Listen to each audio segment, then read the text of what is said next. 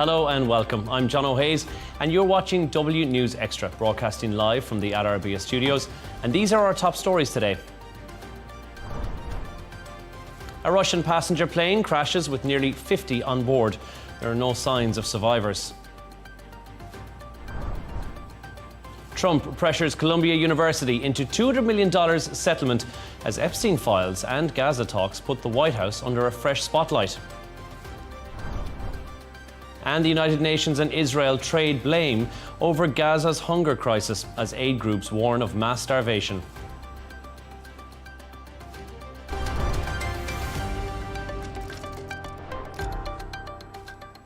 A Russian passenger aircraft carrying nearly 50 people has crashed near the Far East with no immediate signs of survivors. The Anatov 24 disappeared from radar during a second landing attempt, and rescuers later spotted the burning wreckage deep in a forested mountain area. Poor terrain is now hampering recovery efforts. To discuss this and all of today's stories, I'm joined in the studio by Shane McGinley, news editor at Arabian Gulf Business Insight, and presenter and actress Alana Wallace with us in the studio. Shane, first of all, let's talk about this aircraft. Built 50 years ago, 1976 is when this aircraft has been in service since, and there's concerns that aging planes are still being used in these remote areas. Well, yeah, like, 1976, it is ridiculous that they're still flying these kind of planes. But when you put it into context, actually, I looked up the statistics from the International Air Transport Association, and actually the ages of planes globally is getting older and older. So I don't want to scare everyone off going flying, but the average aircraft is about 14 years, 10 months at the end of last year, and that's 15 months older than it was in 1990, which is a quarter of a century ago. So in general, planes are just getting older. So in terms of the more modern ones, you can probably say it's because they've got better maintenance, we've got better safety standards, we've got better designed planes, but in general, the planes are getting older. So the question is why, you're probably thinking. So some of it is to do with the delays that we've been talking a lot about in terms of Boeing, Airbus, and that is having a massive impact, because if you can't get the new planes in, and even like Emirates, Etihad, we've heard all of the headlines of like them complaining that they can't get the planes. And it is a big issue because last year, 70% of the planes that were supposed to be delivered only got delivered, so that's at 30%. And this year it's expected to be the same. So when all of the top tier airlines are waiting for all their planes. So you can imagine the guys are at the bottom, they're still running like 1970s jets. Well, I imagine a lot of those parts internally have been changed. Everything has to surely be changed. The only thing that remains the same is the fuselage of the aircraft at that stage, you would imagine, if it's been in service for 50 years, right?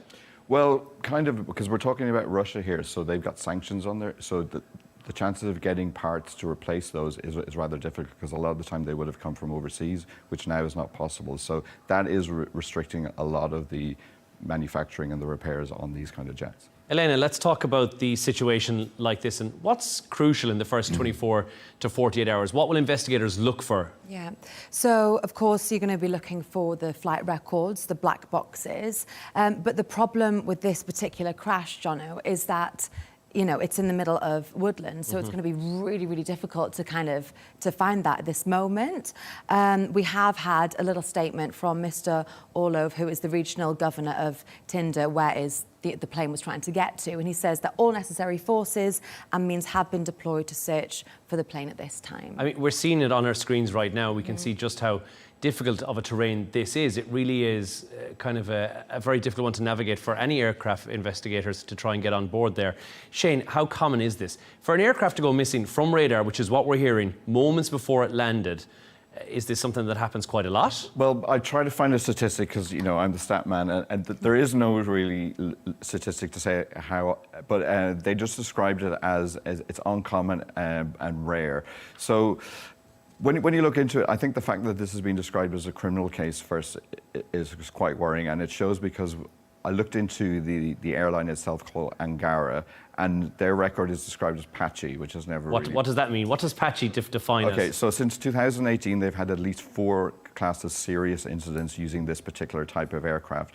And their jets are pretty old anyway, which we've gone into, and a lot of this is to do with because of the sanctions on Russia and trying to get parts to fix this. But it's the Anantov aircraft, and when I looked into this as well, is that this airline and also some other Serbian Airlines had already requested to extend the life of this aircraft. So they're already struggling anyway. So if I was flying into this part of the world and on this aircraft, I would think twice. Because apparently extended till 2036. Just recently, it'd been certified to fly this aircraft until 2036. That's a concern.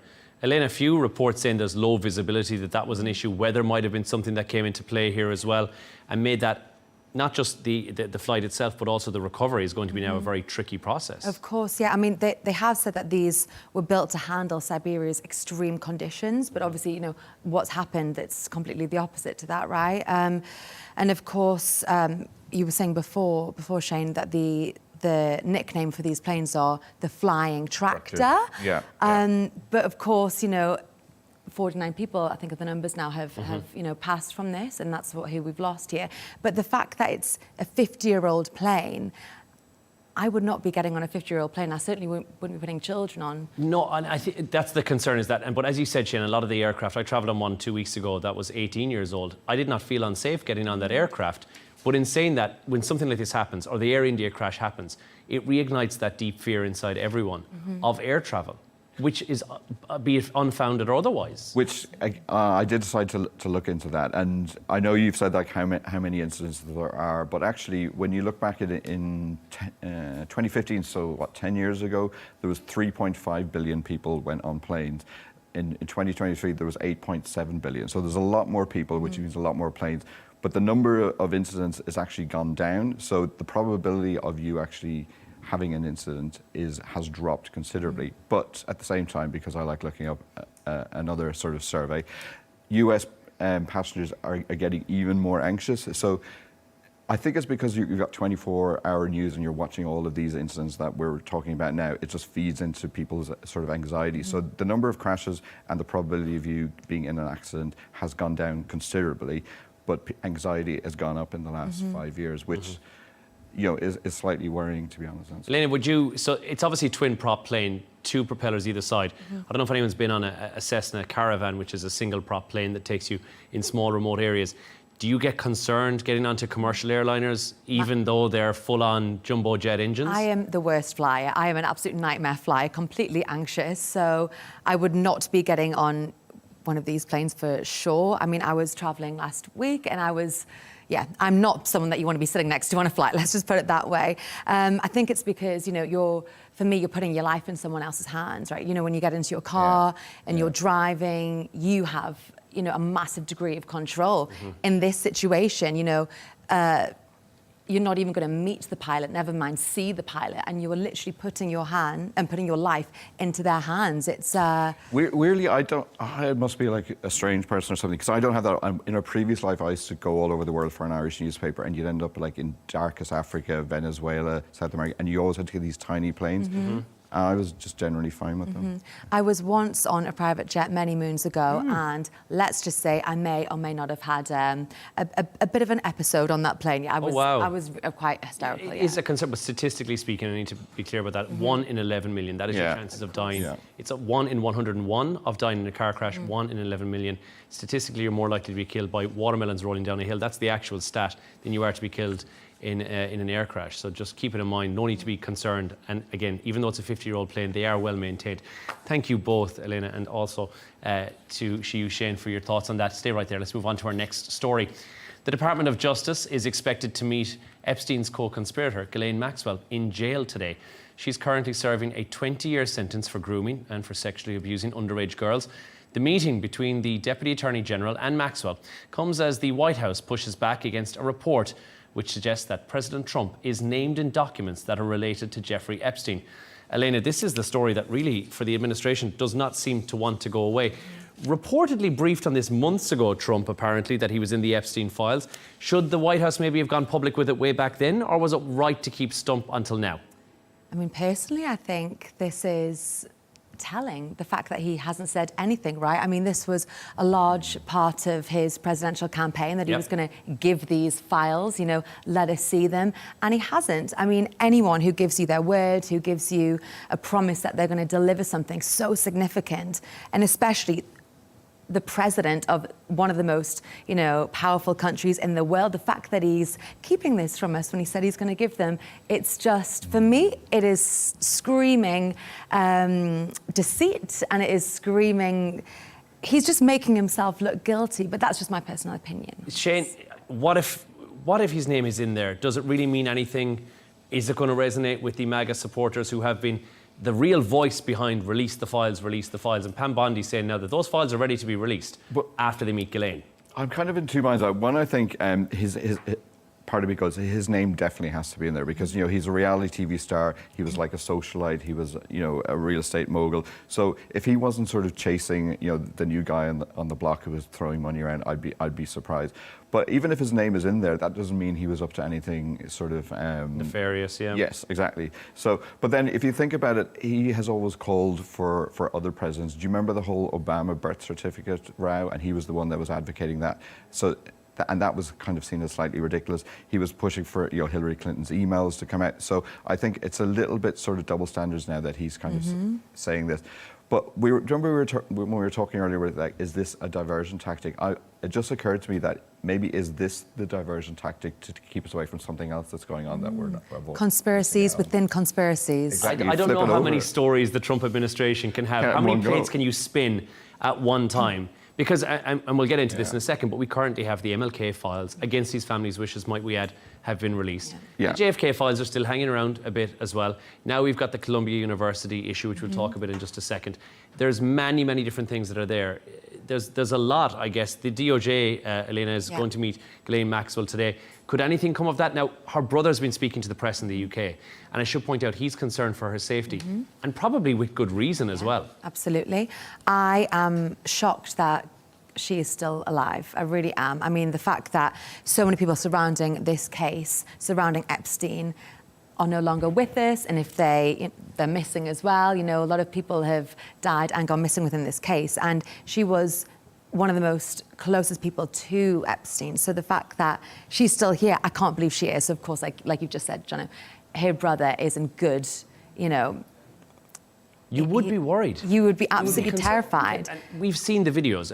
I'm sure you've seen the videos from Jeffrey Epstein's cell, and there's all this time that's missing. So you have to worry and be like, as a family member for Ghislaine Maxwell, yes, she's a convicted criminal. Would you still have to be concerned? Why is this meeting happening now? Yeah. What do you think they'll talk about? I mean, perhaps, again, with the conspiracies, there's so many things you could say here, but perhaps, Trump is concerned that his name is in the files. He is on that list. His name is. So maybe they're doing some kind of deal where he's saying, do you know what? I will keep you safe if you keep my name out of your mouth. Perhaps.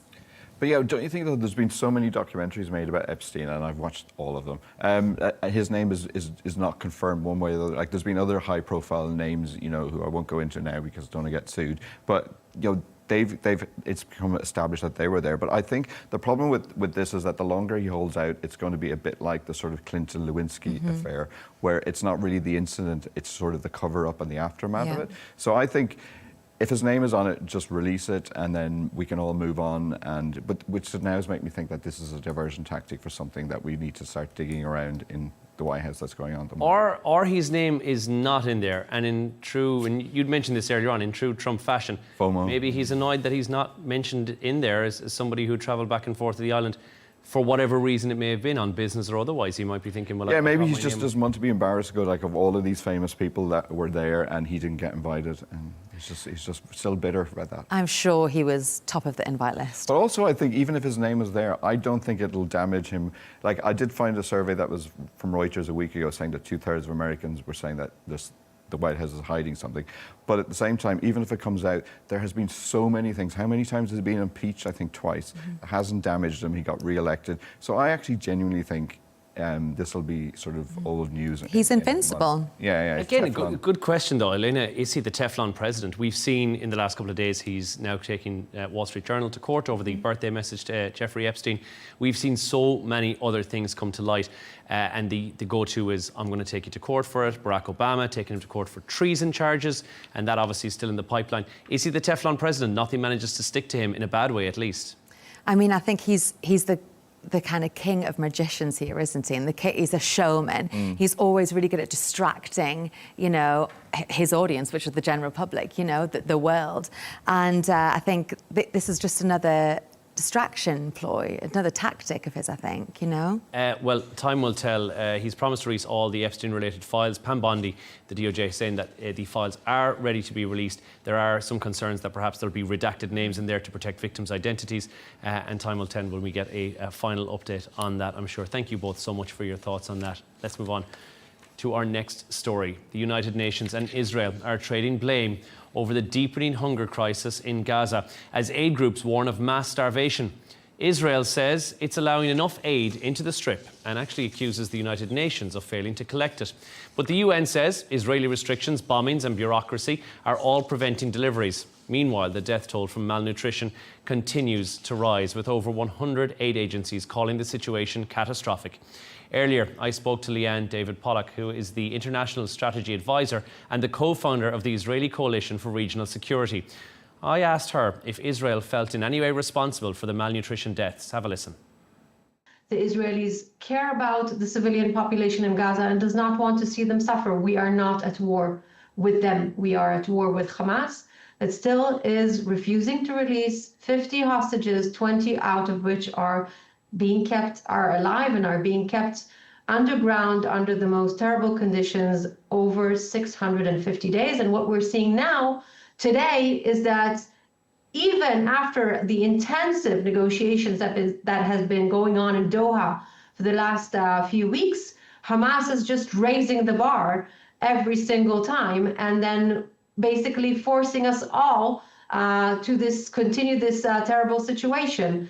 The vast majority of Israelis are looking for a ceasefire, or want a ceasefire, want this war to end, and do not want to see any Gazan population being hurt. And the realities on the ground are as such that, you know, the Gaza Humanitarian Fund was established in order to separate Hamas from the civilian population, because of course Hamas, what it does, it steals the trucks, it steals the aid. No one single Hamas terrorist is missing out on a meal, let's say it this way, and Hamas wants to see its own population suffering. That is Leanne David Pollock speaking to me earlier from Tel Aviv. And Shane, we heard there as well the phrase that was uttered, most Israelis want to see a ceasefire here. Not all Israelis is what was referenced. Shane, the blame game between Israel and the UN over the aid getting through to Gaza, it's got wildly different figures. We've been getting them from both sides. 600 trucks a day, that's what the UN said they need. 60 trucks a day is what's getting through, if even that. So who is actually to blame here for the lack of aid? Well, luckily, I always try and stay on the fence with this sort of story, but I think on this one, you can't really be on the fence with it. It's clearly the blame has to lie with Israel. They're like the sovereign country in the region. They've got the backing of the US. They've got a massive superpower. If they wanted to get that aid in, it could definitely be done. So I'm sorry, I have to sort of put the blame with them. And you know what she was saying, that it may be Hamas, that soldiers that are taking some of the aid. In my personal opinion, I would think if you send the aid in, and even if half it is taken, half it then goes to the population of Gaza who are starving. And before I came out, I was looking at the pictures that was on the front of all the British newspapers of the disgraceful pictures. Yeah. So I think even if only half the food gets through to them, it's better than zero. So I think, unfortunately, Israel needs to take the blame on this one 100%. Elena, the pictures that we're seeing, they're harrowing. 100 people since the start of this week from malnutrition. That is a very sad statistic. The WHO and the PNGO have both said they can't get any aid through. The US and the EU haven't really come back and said anything today, at least, in terms of this, aside from the UK saying that it has been described as grotesque. But words are one thing, actions are something else entirely. Of course, like talking, right, aren't they, for a long time now? And the pressure is just mounting, as you know, it always is in this situation. And unless there is a fundamental shift, those in power, they're just going to prioritise the humanitarian law over political pressure. Tragically, the deaths are going to continue from the starvation, but not just the starvation at this point, it's the the dirty water, the waste, it's the disease that's happening in Gaza. Yeah, and that's exactly it. There's going to be so many more issues down the line as well. And Shane, just on a stat from this as well, the debris from the attack in Gaza, 53 million tonnes, that's what's there, and that's currently. And someday, hopefully someday soon, when a ceasefire is reached and when a peace deal is signed, Gaza is going to need to be rebuilt. And I guess the question is, the task now seems almost impossible, but definitely daunting. Yeah, it's daunting, but I think it's definitely possible. We've seen sort of other warfares where, then afterwards, the Allies have had all of these donor drives. We're seeing it right this week with Syria, where there's billions being promised from sort of Arab leaders. We've seen it with Ukraine and Europe. So I think, and I remember I went to Libya quite soon afterwards, and that was completely rubble, and it's not quite back on its feet, but I think definitely you will definitely see these donor drives that will come back, or it'll just be a lovely Riviera on the coast if. Well, you have to see what's been believed, but Alana, there's aid getting through being one issue and the lack of it, but then there's the completely destroyed, uninhabitable areas that we're seeing in Gaza right now on a scale that, like you rightly said, Shane, we haven't seen stuff like this before, certainly on the level that we're seeing right now. A huge amount of additional aid is going to be needed. So when this is finally reaching a ceasefire and finally reaching some sort of a peace deal, the world is going to have to unite to try to get into Gaza and to help these people out. I mean, it's just, like you just said, we've never witnessed anything of this magnitude in our life. The sadness, the disgust is it's just beyond, really. And I think a lot of us feel so frustrated, right? Because we're just sat here and there's so much we obviously want to do and we cannot do. So, we're helpless. You feel helpless. We're completely helpless. So moving forward, when this is all over, hopefully, very soon, what else can we do? And I mean, I think we take it back to in the 90s, and there was many an occasion in the 90s where there was war-torn countries that required the West to assist them. There was famines that were taking place, because what we're dealing with now is a situation whereby there is no livestock. You've got the entire population living inside about 12% of the habitable zone inside the country. There will have to be a complete overhaul, and I think it will have to be the entire world coming to the defence of Gaza, which I'm sure is something that will happen. And also, I think it should move quicker. There was a couple of weeks ago we were talking about sort of the Israel-Iran war, and America moved very fast on that, and I think it's been quite slow to move on Gaza, and I think it's time that it sort of stood up to the mark. And also, I think it's other countries need to move faster on it. And like I saw a great interview that was done with Bob Geldof, who it's the 40 years since Live Aid. So you kind of think this sort of famine stuff has been going on, and we've for 4 decades now. But the difference, as he pointed out with Live Aid, it was a catastrophe of geography, while in Gaza this is a purely man-made famine that is avoidable. And no place is safe, Shane, I guess, on that as well. The last stronghold where medical aid was available was Dar al-Balah, and the IDF have gone in there as well. The last functioning hospital was in there, so people are being killed waiting for aid. We have that confirmed from various different agencies, and the WHO, even their warehouse, was attacked as well. Now journalists are not allowed in there to see that. We know that has been the case for a while, but even the journalists who are on the ground, Palestinian journalists, and BBC, Reuters and many more are saying this, are starving. Yeah. They are standing in line for food and being attacked while waiting to get aid. So that's a concern as well, Alana, right? Of course. I mean, they're sent in, they want to go and do their job to the best of their ability, and they're fainting, passing out, and, dying, losing their lives as well. The BBC have just released a joint statement alongside news agencies AP and AFP, and they've said to allow the journalists in and out of Gaza. And their full statement is, we desperately are concerned for our journalists in Gaza who are increasingly unable to feed themselves and their families. For many months, these independent journalists have been the world's eyes and ears on the grounds of Gaza, and they are now facing the same dire circumstances as those that they are covering, and they're just begging Israel to allow the journalists in and out of Gaza. And when we spoke to Leanne earlier, we pitched that to her because they are protected under international law. Journalists are protected.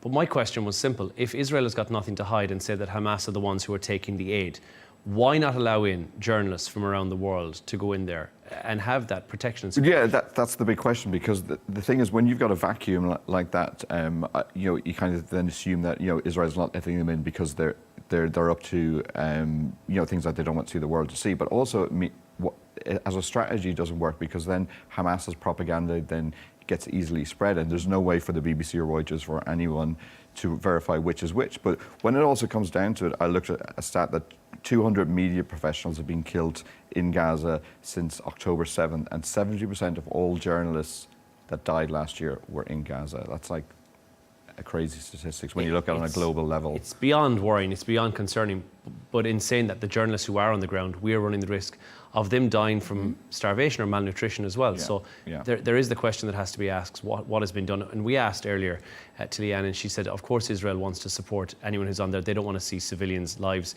being taken, and that's the feeling of most, but not all Israelis. And it just beggars belief. Like, we live in a world that's all about optics, and you kind of think, is there nobody advising Israel, saying that your global sort of brand, Israel, is completely gone down the toilet? Like, when this war is over, who is going to want to trade or have any kind of relationship with Israel other than possibly the US? But if that was going to be the case, surely by now the US and the EU would already have cut ties completely. But they haven't done that. Would you indicate that one is reliant on the other, or all three are reliant on each other to have this trifecta of power that needs to stay going? So the trade will continue post-war, I imagine. Yeah, exactly. That is my concern. Well, thank you both so much for your thoughts on that. Let's move on to our next story. A new advert for a holiday destination in Canada has gone viral this week for its warm depiction between Americans and Canadians. The ad shows a Canadian hotel concierge hugging an American tourist, a far cry from the somewhat frosty relationship between the two leaders. Have a look at this. Bonjour, est-ce que je peux vous aider? Sorry, I don't speak French. I'm just visiting. Well, then welcome to Canada's Eastern Townships. Where are you visiting from? I'm American. Ah, okay.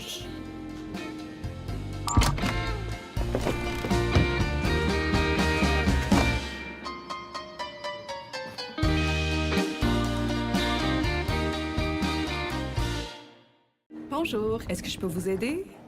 Sorry. Get me on a flight now. Alana, US tourism to Canada seems to be down. 11%, by the way, which is quite a lot. Is politics really affecting people's travel choices? I mean, typically, 80% of some visitors are American in Canada, so that's a massive loss there. Of course, it's down to, the reputation of their neighbouring country right now. When I saw that advert, that commercial, I know this is going off topic a little bit, but just as a woman watching that, I was a little creeped out, because the fact that this lady who's working behind the reception desk there, and a man comes in a room alone, there's no one in the room, and then she hugs him. And the fact that she, when he says, I'm American, she instantly pushes the panic button. Well, it's not actually the panic button. No, it's the hug button. It's the button to kind of open the door to let her. But it looks like, when you're in a jeweler's and there's, a robber or a burglar comes in, you push the panic button. It looks like that's what she's doing. Yeah. What was uncomfortable? Was it because she came out to hug him? Is it because the optics the other way around would be far worse had it been a male concierge and a female guest? That, I think, would have been a worse picture. For me, it's just, it's the whole thing is just creepy. It makes me feel uncomfortable. And I don't think it's done the US any favors. I know that it was meant to, but I don't think it happened. Yeah, I'm not a hugger either. I don't think I would be happy with that. I am a hugger, but this, made even me feel uncomfortable. But again, it's that Canadian, warm hospitality. Yeah. They're trying to show, we're friends, there's nothing wrong, don't be embarrassed, you're American. But it makes the American actor in this look creepy. To me, that's just my opinion. Also, I think that's unrealistic. I think Americans aren't ashamed to be American. Well, I mean, rarely. I've yet to meet American tourists who's outwardly been ashamed to be American. I think they're very proud of where they're from. Yeah. Shane, there's a lot of water under the bridge. Canadian and American citizens can agree on that, I'm sure. Tariff taunts between Trump and between Canada as well and Mark Carney. They're only months ago. Canada needed this campaign, maybe, in order to try and get American tourists back inside, do you think? Yes, I definitely think they did need it, because, as you said, the numbers are down 11%. I would have thought it would be sort of even more, because MAGA makes up like 50% of the population. So I thought they would have stopped going there. But then when you think about it, where else are Americans going to go? They're not very popular in most parts of the world at the moment. And I think, like, if you go to America, at least, like, the language is kind of the same, unless you go to Quebec, because that's obviously going to French. The language, the food is generally all the same. So I think this campaign will probably resonate and will have an effect. But I do think they made a mistake by having him embarrassed to be American. I don't think. I think that was probably. You don't think that will resonate with the American audience? No, I think they should have left that little bit out. I think whoever was coming up with the campaign, it was probably from the Canadian side. They should have really gotten into the more mindset of the MAGA people who are. But then maybe most of them don't have passports. I'm not really sure. I'm not going to stereotype on that one and say that for sure, but it is, as you say, half the country are technically Trump supporters, so you have to keep that in mind as well. 11% of a drop, I guess, is not the worst, but it works both ways, Alana, and this is Canadian tourism is also to the US down by 33%. So maybe the US needs to do a similar campaign where they're embracing a Canadian. Yeah, I mean, maybe not. You know how I feel about that, Jono. But I mean, 33%, it's not just a blip, right? Yeah. That's a big number. Can I blame the Canadians? I would say personally, again, no. The gun crime, the visa issues, the whole tone of the country of the US at the moment is very low and it's very negative. It's not somewhere that you would like to go for a holiday because you might not be safe, you know? Okay, but there is still, there's, and to take into consideration, they're still neighbours. And there's that sense of community. We've seen recently Franco-British relations have been on the increase after the official visit to the UK by the French president and his wife. Also, Germanic and Franco relations are back on the table once again. So I guess, Shane, it's important to keep your neighbours close enough and in your bosom of kind care. And that's what maybe Canada and the US need to do to each other. I would agree to some extent. I looked up the numbers to see, are there any other tourists going to Canada in any significant numbers? Weirdly, there's a load of Italians going there. I don't know, that seems like an anomaly, but also Chinese are going, which makes sense because the Chinese are probably not that fond of America at the moment, so or sort of North America in general. So I think it's interesting that when you look at that, but the US makes up 3/4 of Canada, so even a little blip in America's going has a big impact on the Canadian economy. But at the same time, you know, there's only a couple more years of Trump, and I think, you know, we might have a Democrat, you know, in after that. So I think that will sort of balance things out. But a colleague of mine today wrote a story looking at mass tourism in general, and you know, we look at what's happening in Barcelona, a lot of the Mediterranean. So there is a theory to go that maybe less tourists are good in some way. Look, Canada are very close from Mark Carney's confrontation with President Trump, where he said, look, we are not for sale, basically. Much akin to the Greenland conversation, the 51st state that would have been Canada, that argument is now out the window. But I think that might run a little bit deeper. And it's safe to say, because even in Canada, they changed Americanos to Canadianos, which is crazy. But that's not that long ago. So maybe we're just seeing the knock-on effect from that now. Is that what's happening? Perhaps, but as well, the cost of living, you know, globally, the cost of living is a real thing. A lot of people aren't travelling now. Yes. Maybe that's something to take into account as well. Yeah, I would like to see how many people from Canada are actually going on vacation versus this time last year, because it is a huge financial burden. So that, you think the reason might actually be nothing to do with the whole Mark Carney, Donald Trump issue? I mean, even if they're not flying, if they're, you know, taking cheaper means of transport, they're having to take time off their work, take the kids away. Yeah, like Canadian staycations, American staycations. It's all expense, right? So perhaps the cost of living crisis as well has something to do with this campaign. But again, I just think the marketing people behind this, maybe don't do the hugs next time. So it's effectively, it's not really that there was an issue in Canada in the first place, but seeing an advert like this, does this make you think, I do or I don't want to go to Canada? Has this influenced you in any way towards a future decision, if there was any, to go visit Canada based upon their hospitality that you can see, who I've several times said, Canadians, nicest people in the world? I have family in Canada and I love Canada. So I will always be very happy to I've visit. been to that part of Canada, to Newfoundland, and they have a strange sort of Irish accent actually, so I quite enjoyed it. That was just Jono. Yeah, no, but that is true. Newfoundland, one of the places famously where some of the immigrant ships had landed, and they weren't entirely sure where they were, and the accent has kind of rubbed off in that part of the world, so I wouldn't sound too out of place had I gone to Canada, except with the hugging thing, which I definitely would not have been comfortable Well, they should cast you in the next commercial. You'd be much better. Let's not push it out there. It's only 3.5 hours from Ireland. It's absolutely fine. We'll move on to our last stories for this evening. Shane and Alana have come up with some quirky stories for today. Shane, we'll turn to you first. The ultimate karaoke song has been scientifically proven now. Tell us. Right, so you know, I'm renowned for my karaoke bad tunes, and I've been told I'm a terrible singer, but we won't go into that. So Oxford University mathematician Dr. Tom Crawford. So this is like a proper one. This is not just someone on Dubai 92 asking for a vote. Sorry, Dr. Tom Crawford, who specialises in karaoke. No, he's a mathematician. So he came up with a what would you call it, a theory of what makes the best karaoke song. And I don't really agree with all of his elements to it, but it's on the number of verses, the repetition of the chorus and the beats per minute and the year of the song. And he came up with the top 10. I'll go through them. Living on a Prayer by Bon Jovi is number 1. I Want to Dance with Somebody by Whitney Houston. Don't Look Back in Anger, Oasis. I think that's probably gone a bit higher because of the recent concerts. Man, I Feel Like a Woman, Shania Twain. 500 Miles, The Proclaimers. Gimme, Gimme, Gimme a Man After Midnight by ABBA. Unwritten, Natasha Bedingfield. Someone Like You, Adele. Wannabe, Spice Girls. And then rounding out the top 10 is Let Me Love You by Mario. Curveball. Some of those tracks that are in there, you don't have to do any of the work because the crowd will do it for you when you're singing. Yeah. So I can see where they're inside the top 10. Yeah. And then some others in there, a little bit tricky to hit the high notes. Yeah, I think like Whitney Houston being number 2, I'm quite surprised about it because I don't think anyone can really replicate that. Absolutely or Adele not. really, or too much. I think the Spice Girls, because already the barometer's quite low on that one. How very dare you? Best girl band A ever. gang up in the studio. Elena, what's your go-to karaoke track? As a matter of interest.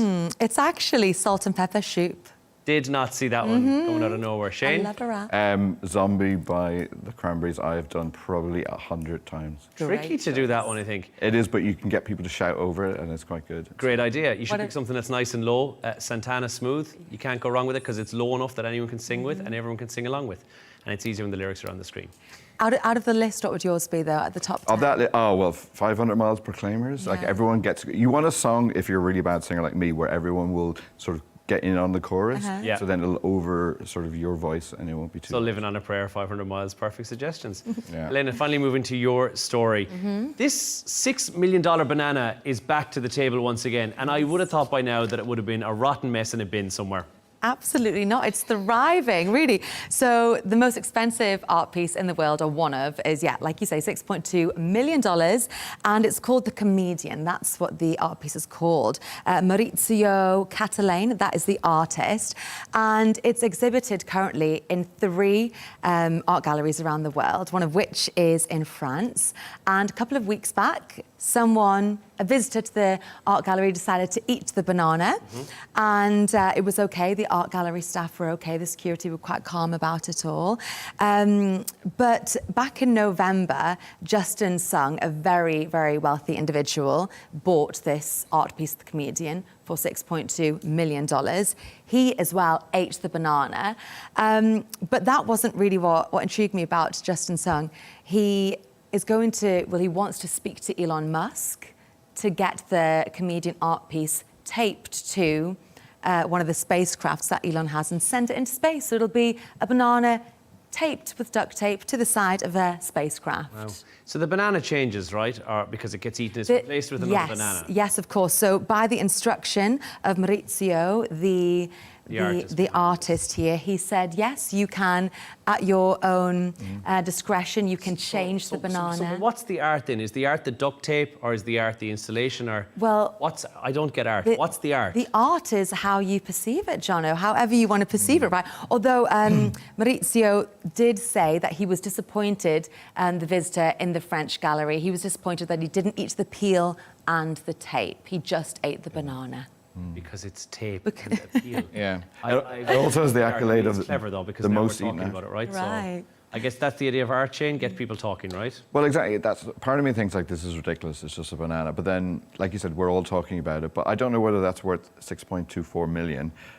But as I was saying, it has the accolade of the most eaten artwork of the last 30 years. So, we all need to come up with some sort of culinary piece of art. What was the runner-up for that? Yeah, I mean, what was the second most eaten artwork is the big question. I mean, and as well, so the artist, Maurizio, he was the artist who did the 18-karat gold toilet seat, functional toilet seat. So the fact that he's gone from like such lavishness to such basicness, I really quite like that. And again, it just gets you talking, right? Well, we've spoken about it, and I love the story. Thank you both for your stories today. Loved them. Thank you so much to our guests, Shane McGinley, news editor at Arabian Gulf Business Insight, and to presenter and actress Elena Wallace as well. Thank you so much, guys. Thanks for joining us. That's all from us on W News Extra. Don't forget to subscribe to our YouTube channel. You can follow us on X, as always. G&T with Micheál Prendergast is coming up next, and he's spoken to Trump's former congressman, George Santos, the day before he goes to jail for wire fraud. Don't miss that interview next. Goodbye.